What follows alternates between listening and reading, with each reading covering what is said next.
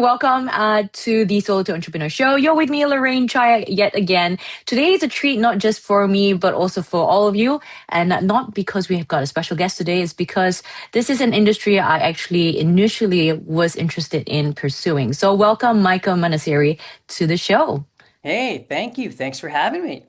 So for those of you that are not sure who he is or his name seems familiar, he is a actor, a director, and a producer. So in terms of acting, I remember you saying that you started acting when you were a kid. Is this something Yeah. that you fell into, or is it encouraged by your parents? Like, how was that process No, from the it beginning? was it was totally fell into. I mean, I'm from a family of six siblings, and my older sisters, when they started, I mean, I guess back then it was called junior high or middle school, they started doing school plays.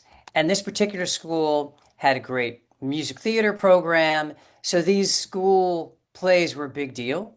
And, so one sister was in it, and like we were all a year apart for the most part. So then my next older sister was in it. And so I was just kind of like, we'd go see a show. It's like, oh, that looks like fun. And then I did it. And what eventually happened was our parents weren't in the industry at all. Mm. This is when I was growing up in Maryland at the time. And our dad saw an ad in the newspaper in the Washington Post, and there was a big musical coming to the National Theater, the big theater in Washington, D.C., and they were looking for kids to be in the chorus.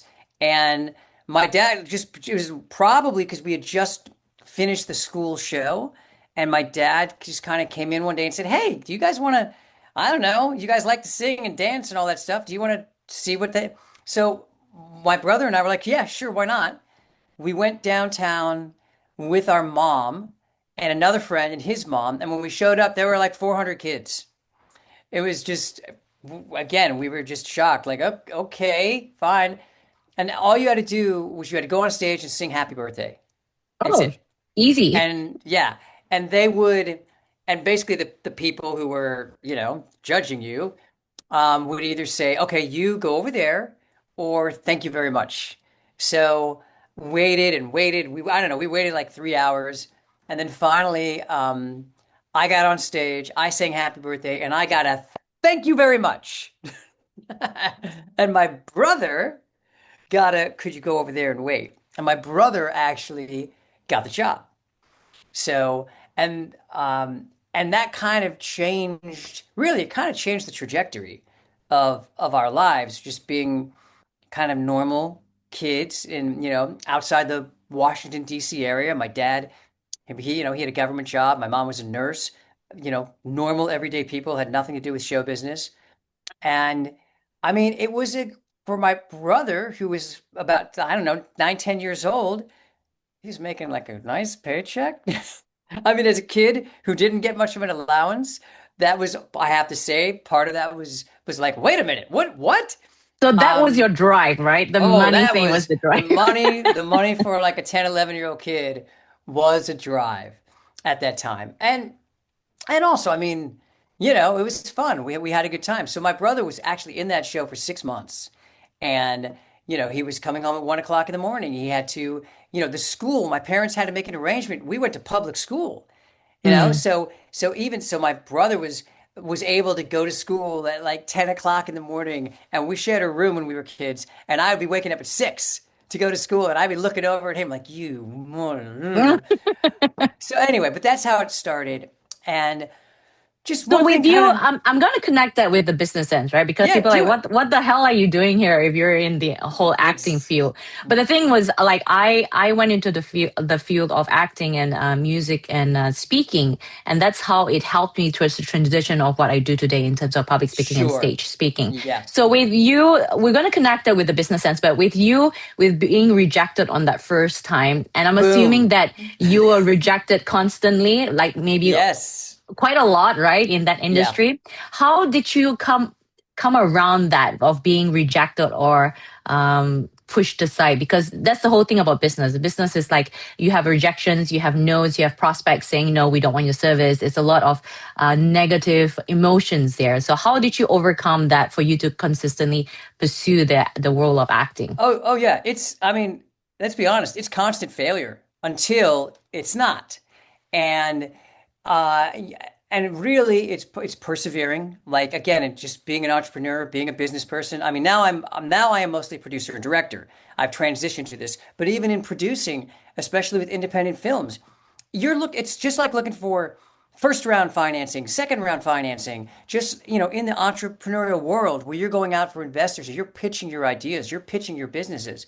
We're constantly pitching our films, pitching our projects, and it's a similar ride. You know, uh, you will get rejected over and over until you find that business or person who believes in you, that champion that you've been looking for. Hopefully someday you become that champion for someone else. But it's learning to, and this is when you're young, obviously, and if you're young and you're acting, you almost have to be a bit foolish. You almost have to be like, because if you think about it, you're trying to go into a field that is so hyper competitive, and the chances of failure are much much higher than the chances of success. And so you have to have an insane amount of belief in yourself. Mm. You really have to just be like, it's gonna happen. I'm going to make it happen. I don't care what anyone says. Now, I think obviously as you get older and even when you're going into business, you don't want to have full blinders on, so you can pivot when you need to pivot. But if you can pivot in the right way, you can circle back around. Just like in any business deal that you're putting together for your business, for your film, it's very similar. So some people say that actors have the natural talent, and some people are like, oh yeah, because you're in that whole industry, it's easy for you to transit into producer and director. So for you, through that journey of growth since a little child, have you ever gone through like mentors or learn from other people in terms of the industry or like acting? Did you take up acting lessons and stuff like that to at least improve your skills? Yeah, I mean, it was a constant search for mentors. Mm, And even in that search for mentors, and you know, I was very fortunate. I mean, eventually in the 90s, I had a TV series as an actor that ran for 4 years, and then it ran all over the world. And kind of after that, I had because I started when I was very young, I had been in front of the camera for quite some time, and I wanted to transition. I wanted to make that. I wanted to stay in the industry, but directing and producing just looked like something I wanted to pursue. From as being an actor and being fortunate enough to work with some really wonderful directors and observe them and talk with them, and have some of them who I looked up and admired say to me, "Hey, you could do this. Yeah, you could do this, really." And I needed to hear that.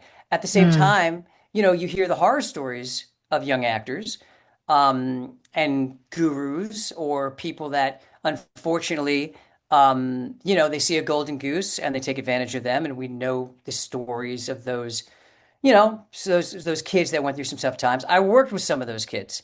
Um, but mentorship for me, and again, even in producing and directing, has always been extremely important. And what I try to do now is I've worked with various universities across the country. I go in and I lecture at film schools. I've probably had 500 students on different sets that where I've been producing a film, where I bring them in some of a it's like an academic entrepreneurial partnership with different universities, where I don't just bring the kids in to run around and get coffee, but they tell me what department they're interested in. I'll assign them to a department head. I would make sure on every movie that I've done, I try to present this opportunity, and even with my crew. So let's say you're the cinematographer, and of course you have a million things to worry about, and you want to get the movie done. But I always try to make room for students so they can have mentors, and they can actually even learn what it's like on a film set, because there's a protocol. Just like in any other business, there's a protocol. When do you ask questions? When do you not ask questions? What's the appropriate question?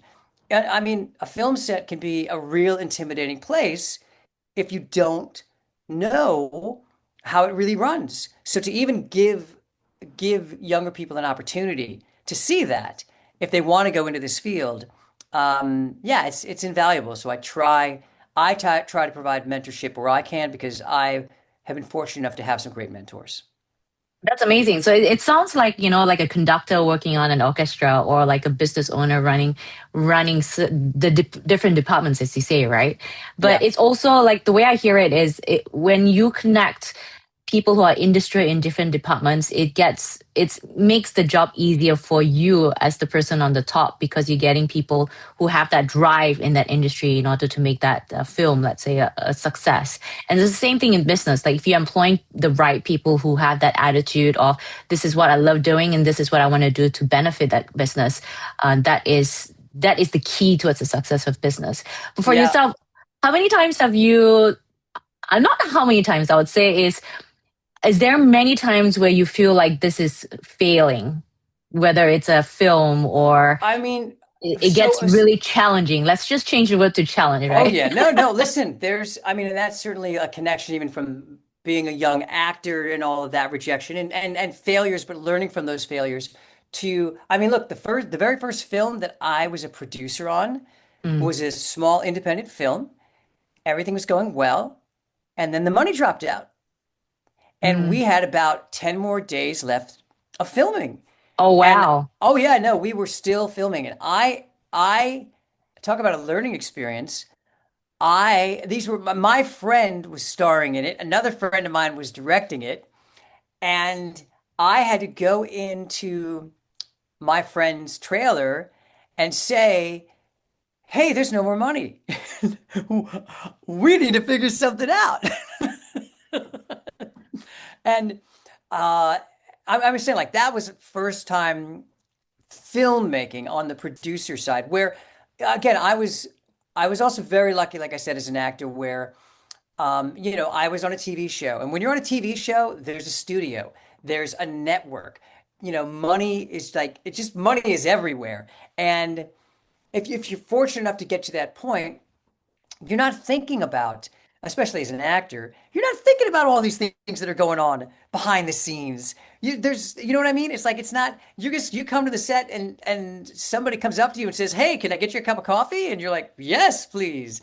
But but to make that transition to understanding that you're kind of running. Here's what producing is to this point about failure. So when you're producing a film, because so many people also ask, what does a producer do?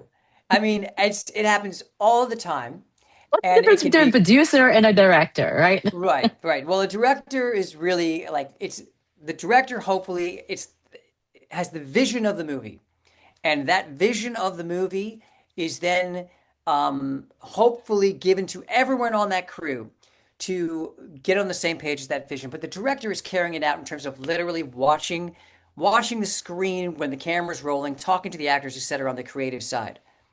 The producer, basically the producer runs the business of the film. And the business of the film is everything. It's Mm, everything. And just like running any business, just like being an entrepreneur, you could be dealing with 50 to 300 human beings. And whatever their problems are, if you're the producer, whatever issues they're having, whatever problems they're having, they had a fight with their wife before they came into work. And unfortunately, someone in a truck carrying very important equipment, they got a flat tire. I mean, these are things where you as the producer basically are in charge of making sure everybody follows the director's vision and gets across the finish line.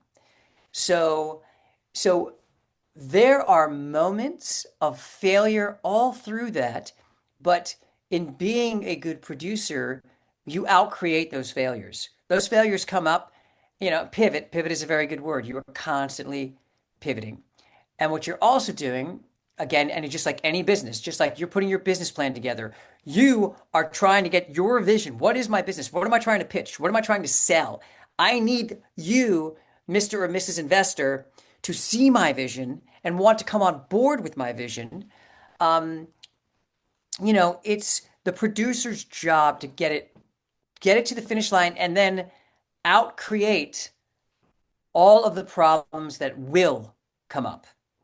The producer is like the root of the tree, where the director is like the bark of the tree, and then everybody else is like the branches, and what we see is the outcome of what that comes out of in terms of the I mean, film. I think you could put it like that. Like, I'm definitely not downplaying the role of the director. The director is supposed to be the visionary. The director is carrying the movie on his or her shoulders.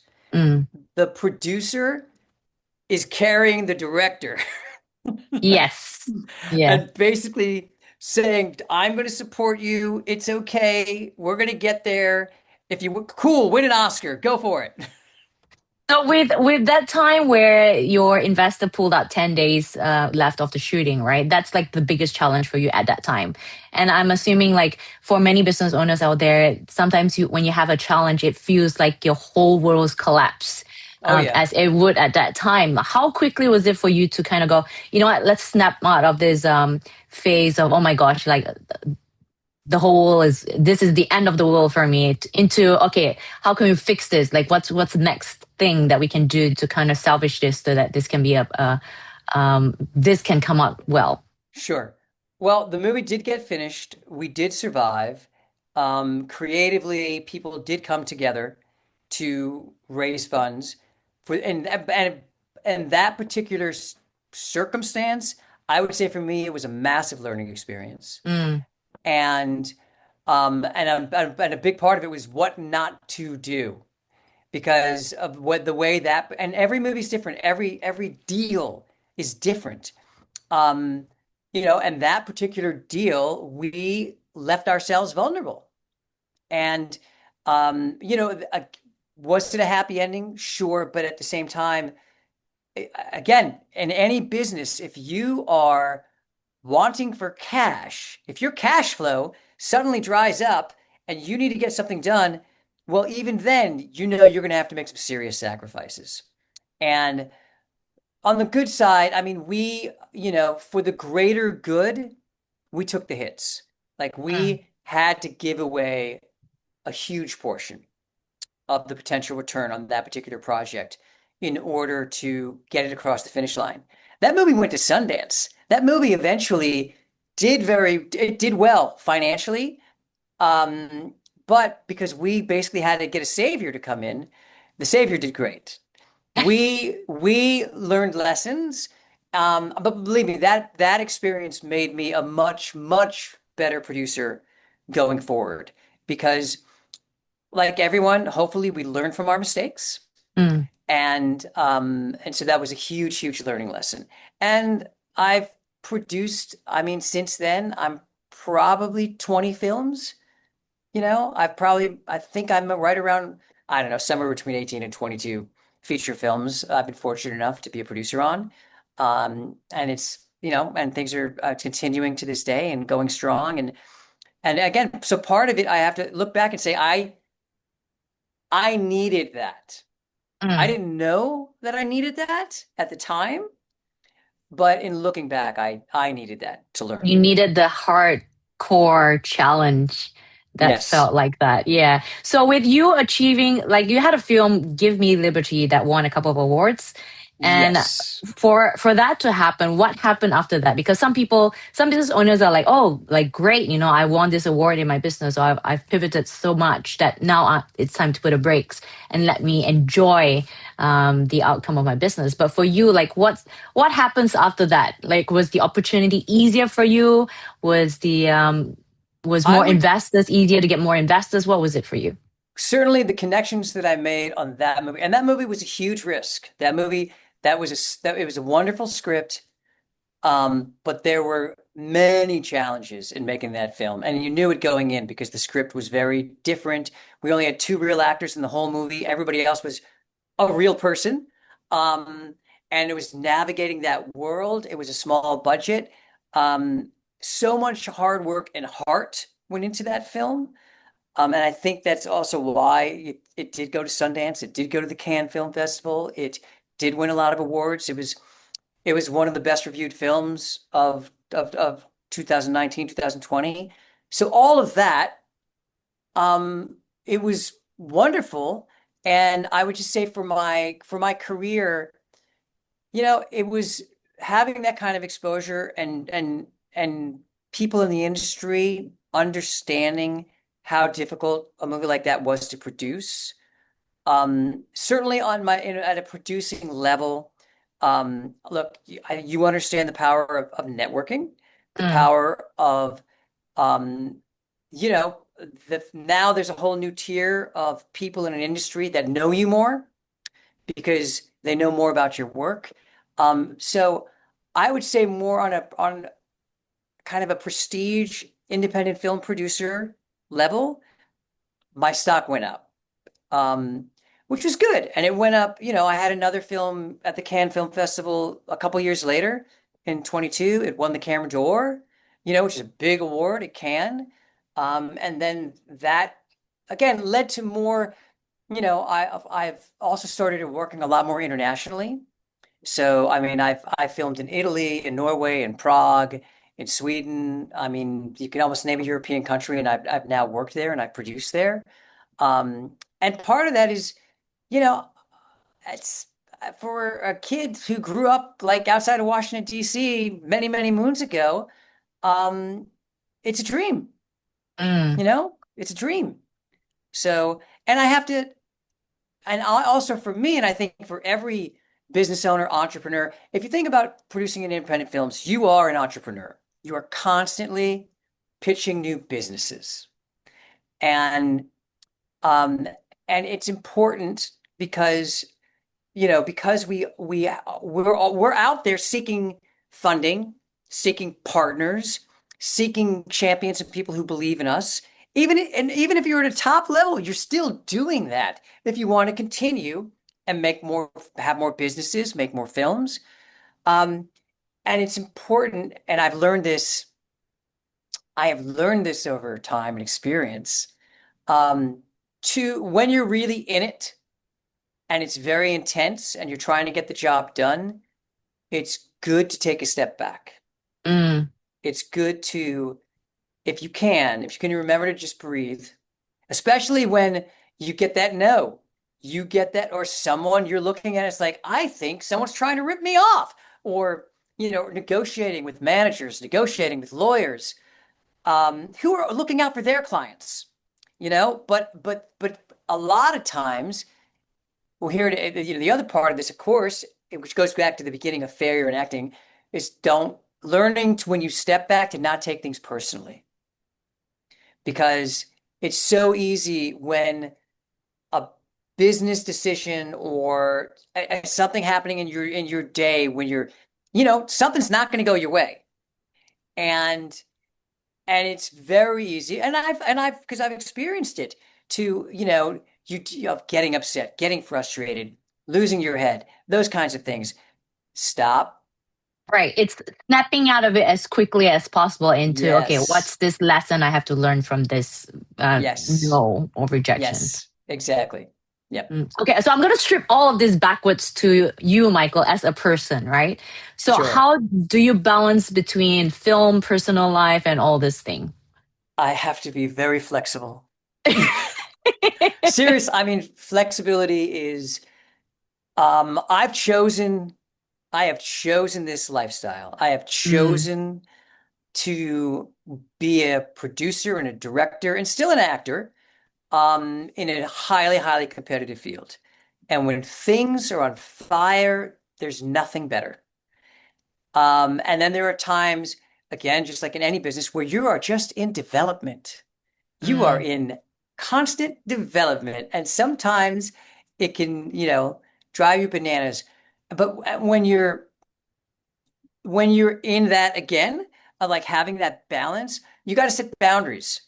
You have to be flexible and you have to set boundaries. Hey, I need to go walk my dogs and spend 2 hours with them so I can be a good dog daddy and spend some time with my wife, who's also she's a business strategist. She also is in a very intense field.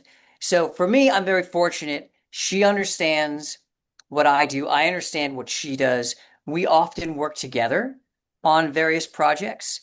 Um, so actually having a partner who really understands what both of us, what we're going through in our work life, um, that's extremely helpful in maintaining Mm, that kind of balance because it's also like even she at times will go, hey, hey, hey, let's, let's have a cup of Turkish coffee and sit down and just chill and talk and look outside at the snow and enjoy each other's company. It's having that awareness, flexibility, and having, which again is not easy, mm. is having that awareness of, okay, this is maybe starting to take over my life a little too much. And what makes me happier? Well, my family makes me happier. I have to make sure I set aside time. Setting aside time for my family is really setting aside time for me, if that Okay. makes sense. No, it does. It does. It's understanding that you gotta prioritize for work, but also the personal life. Because if you can't recharge, then there's no way you can be as creative as you are in your industry or in any business itself. Yep. But like, I'm interested to also know, right? What is Michael's routine? Like, do you have a specific routine, daily routine, like waking up at 4 in the morning, maybe? What's your Oh, typical routine?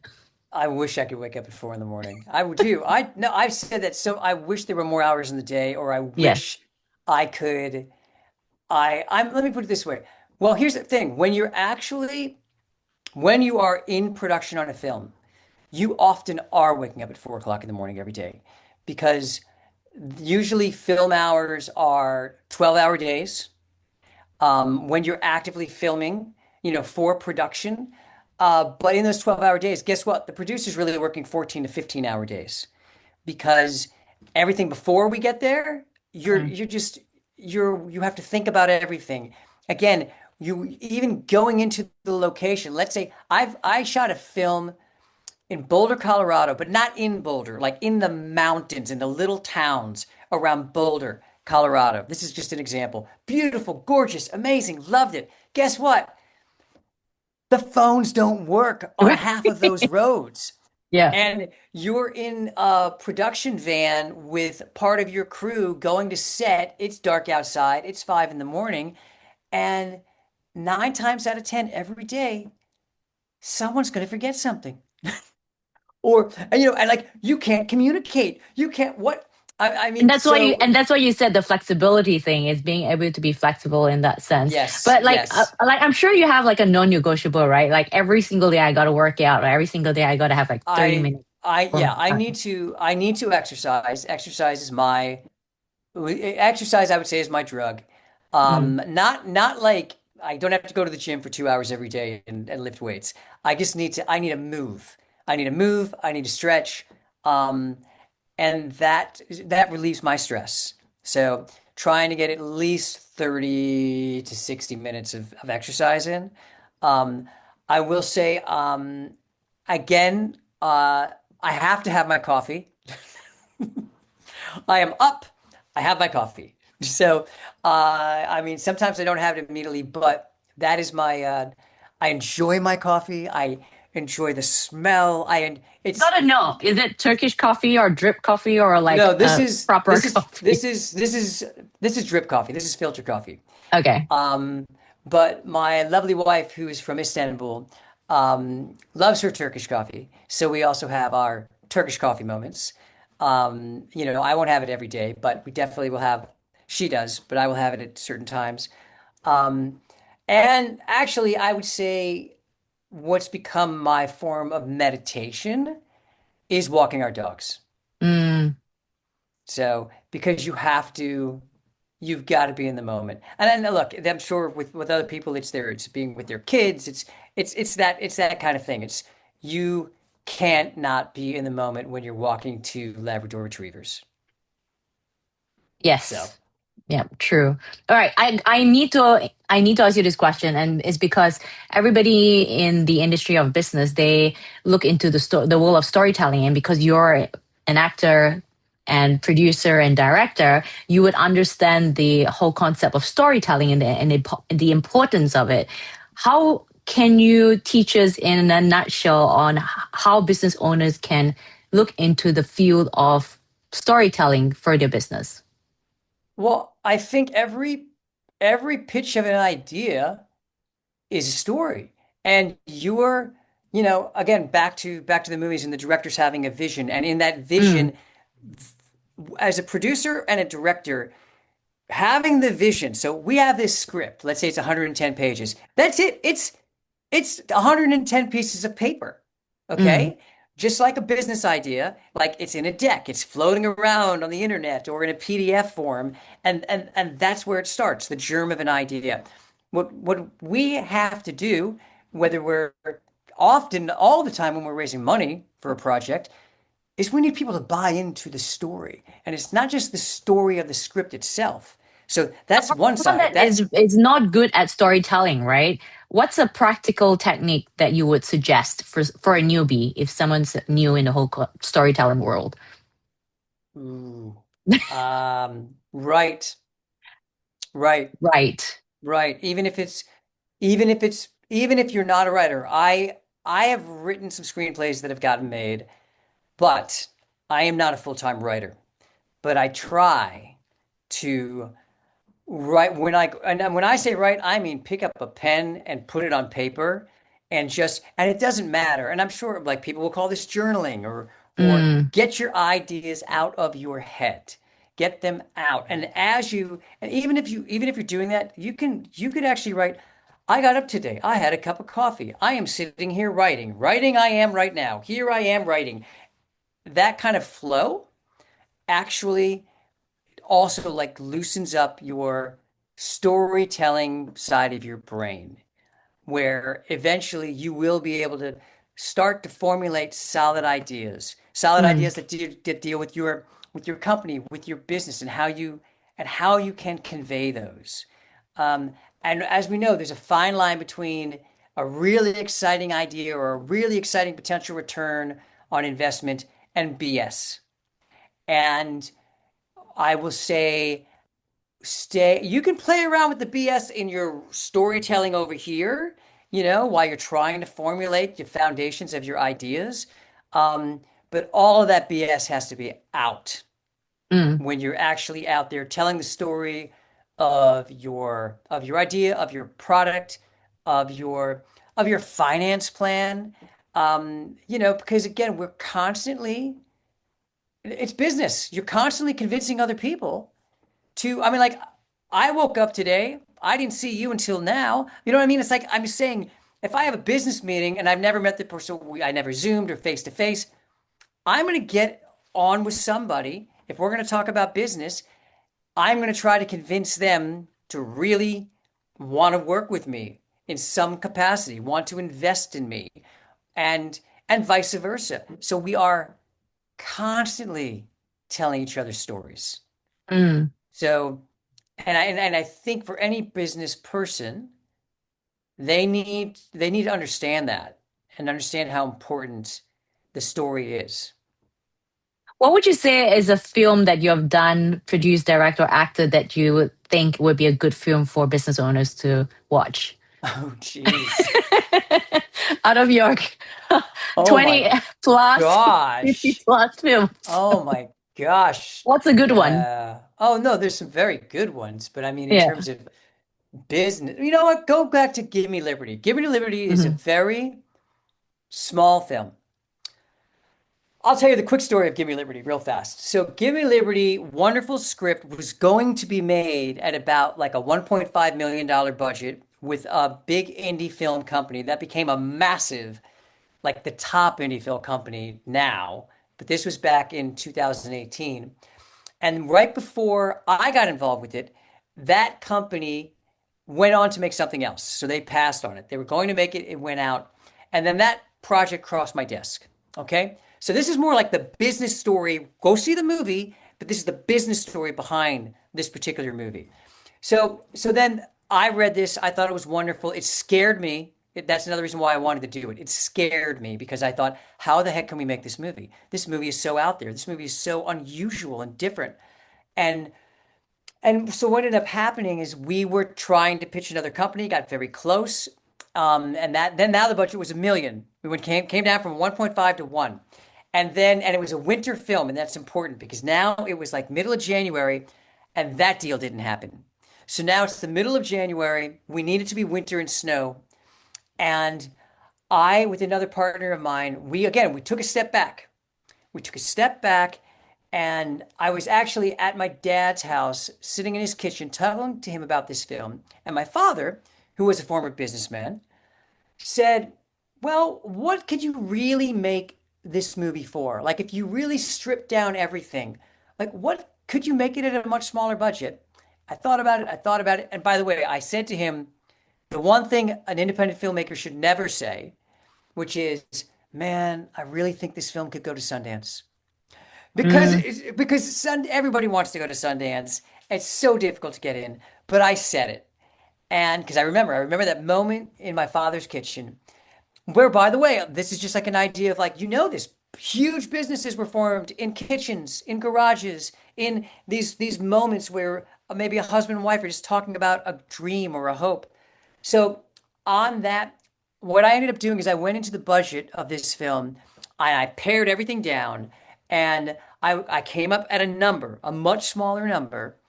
And I went back to the main writing, directing, producing team that I was working with because it was their baby.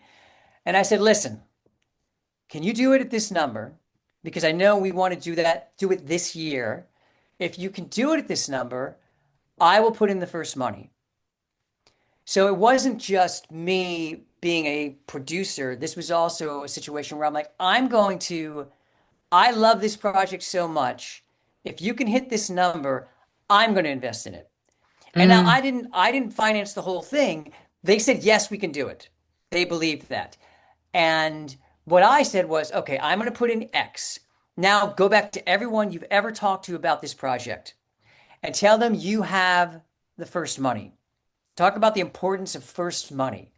Because once you get the first money in, it's so much easier. Whoa, you got what? Really? It's happening? Well, I want to be in. We were filming that movie 2 months later in the snow in Milwaukee, Wisconsin. Incredibly difficult shoot, but we got it done. And again, the story is it went to Sundance, it went to Cannes. I mean, we won in for the indies. There's the Independent Spirit Awards for independent films. mm. They're the Oscars of independent films. So at our budget range, there's an award for best feature film called the John Cassavetes Award, and we won it.